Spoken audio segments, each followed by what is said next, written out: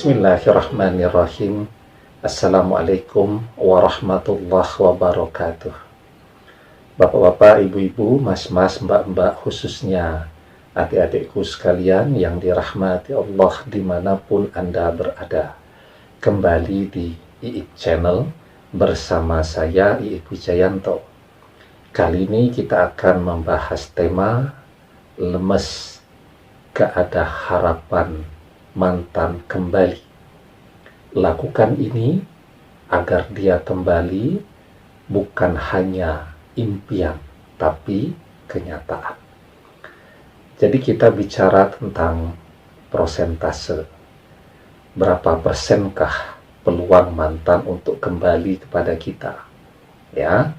Jadi yang pertama nih, kalau perpisahan itu dikehendaki oleh keduanya, dua anak manusia ini memang sama-sama pengen memisahkan diri dengan cara yang menyakitkan. Perbedaannya itu betul-betul akut, sehingga memang saat perpisahan itu terjadi tidak ada penyesalan, paling tidak sampai beberapa bulan setelah perpisahan itu terjadi, merasa lega, merasa bebas. Nah, kemudian hadir pula orang-orang ketiga, ya, keluarga, teman, sahabat, orang tua, dan seterusnya, yang dengan berbagai kepentingannya, subjektivitasnya, mereka ikut nimbrung, membuat persoalan itu tadi menjadi semakin lebar, sehingga kebenciannya menjadi semakin besar. Maka yang begini dalam hitung-hitungan manusia, peluang kembalinya sudah tidak ada, ya.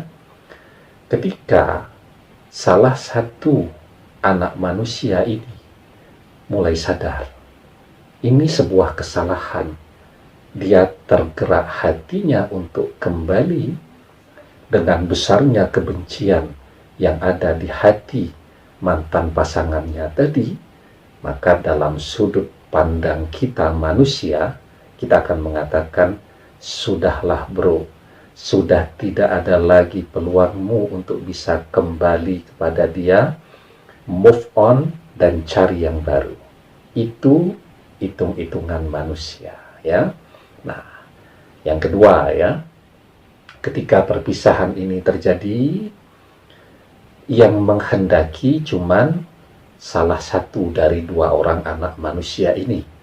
Misal yang menghendaki si wanita karena dia jatuh cinta kepada laki-laki lain yang lebih kaya, ya. Sementara si laki-laki terus berharap, sangat berharap agar mantannya ini bisa sadar dan kembali kepada dia.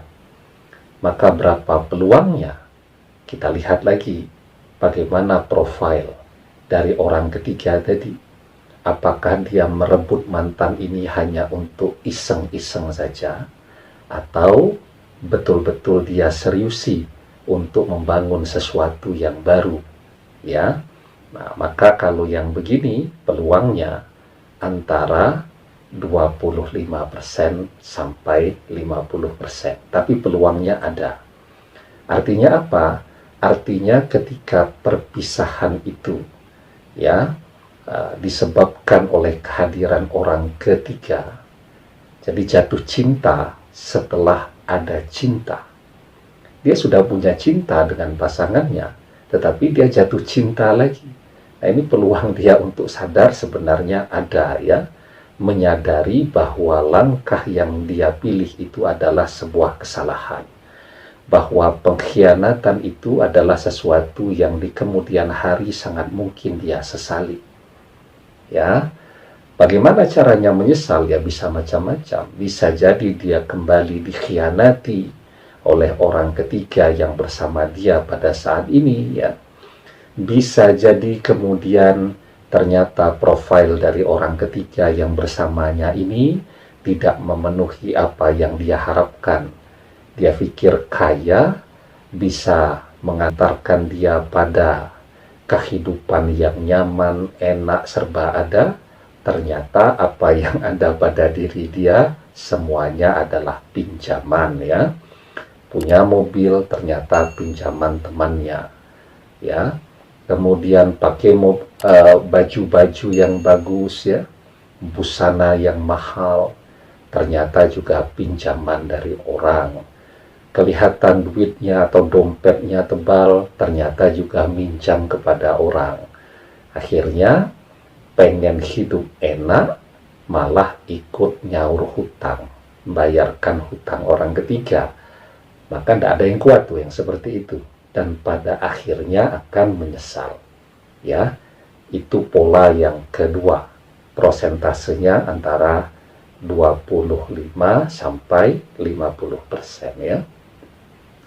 Kemudian yang ketiga ya, ketika perpisahan itu kedua anak manusia ini tidak menghendakinya, tetapi mereka terpaksa berpisah karena faktor intervensi.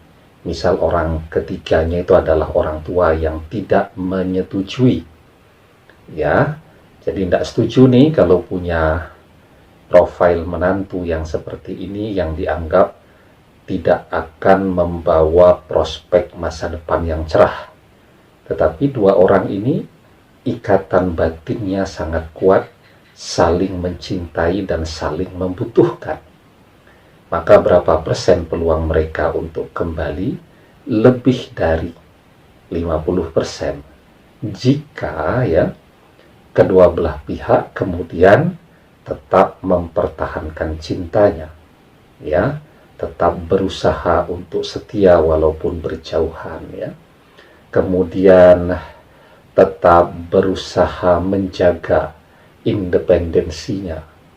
Bagaimana menjaga independensi ya? Misal si wanita kemudian mau dijodohkan dengan orang lain, dia tidak mau ya.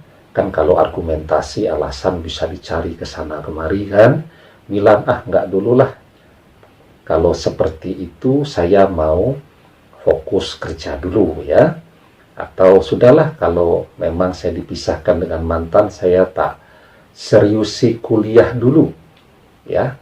Ini penting juga loh ya diperhatikan, karena begitu kuliah beres, punya pekerjaan dengan income yang besar, sesungguhnya orang punya independensi yang besar untuk memilih kemana dia akan berjalan dan bagaimana jalan hidupnya berikutnya. Anda punya income atau gaji 15 juta sebulan ya, itu tidak ada satu orang pun yang bisa menekan Anda untuk menikah dengan orang yang tidak Anda sukai, untuk menikah dengan orang yang bukan pilihan Anda ya. Anda punya gaji 15 juta rupiah satu bulan saja ya, jadi tidak usah sampai 20, 25, 50 juta, 15 juta satu bulan. Kalau perlu tidak perlu 15 juta lah, 10 juta setiap bulan. Itu independensi Anda untuk memilih jalan hidup Anda sangat besar. Kenapa kemudian faktor intervensi dari orang tua itu bisa sedemikian kuatnya? Ya karena tidak punya kemandirian. Ya, kan repot juga tuh. Kalau beasiswa tidak diteruskan oleh orang tua, sementara kita kuliah, kita sekolah dengan biaya penuh beasiswa orang tua, ya repot juga kan, diusir dari rumah, mau tinggal di mana nanti? Wong cari duit belum bisa.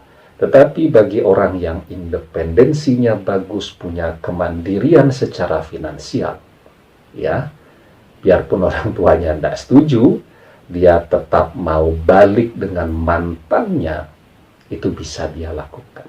Maka yang demikian ya, saya sebut bahwa peluangnya untuk kembali bersama itu lebih dari 50%. Ya. Nah, sekarang agar apa yang kita hitung-hitung ini tidak hanya sekedar menjadi hitung-hitungan, tidak sekedar hanya menjadi impian dan harapan, tapi bisa segera mewujud menjadi kenyataan. Perkuat usaha kita dengan berdoa dan memohon kepada Allah. Karena segala sesuatu bisa terjadi jika Allah mengizinkan. Biarpun hitung-hitungan manusiawi mengatakan, wah sudah 99% mereka pasti akan menikah. Ada tidak orang yang gagal menikah hanya beberapa hari sebelum resepsi pernikahan? Ada. Ya, bahkan sudah duduk di pelaminan gagal untuk akad nikah pun ada. Ya. Nah, jadi ya, segala sesuatu itu bisa berhasil jika Allah mengizinkan. Karena itu ya, tentu Anda berusaha setiap hari agar mantan bisa kembali kepada Anda.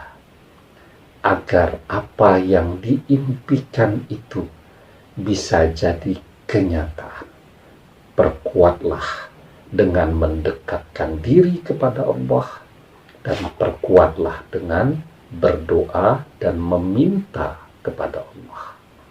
Nah, di dalam Al-Quran, Allah Subhanahu wa ta'ala berfirman, "Wa idza sa'alaka ibadi anni fa inni qarib ujibu da'watad da'i idza da'ani falyastajibuli wal yu'minu bi la'allahum yarsyudun." Dan apabila hamba-hambaku bertanya tentang aku, maka jawablah bahwasanya aku adalah dekat. Aku mengabulkan permohonan orang yang berdoa. Apabila ia memohon kepadaku, maka hendaklah mereka itu memenuhi segala perintahku, dan hendaklah mereka beriman kepadaku agar mereka selalu berada dalam kebenaran. Ya, demikian, semoga bermanfaat. Wallahu a'lam bishawab, billahi taufiq wal hidayah. Assalamualaikum warahmatullahi wabarakatuh.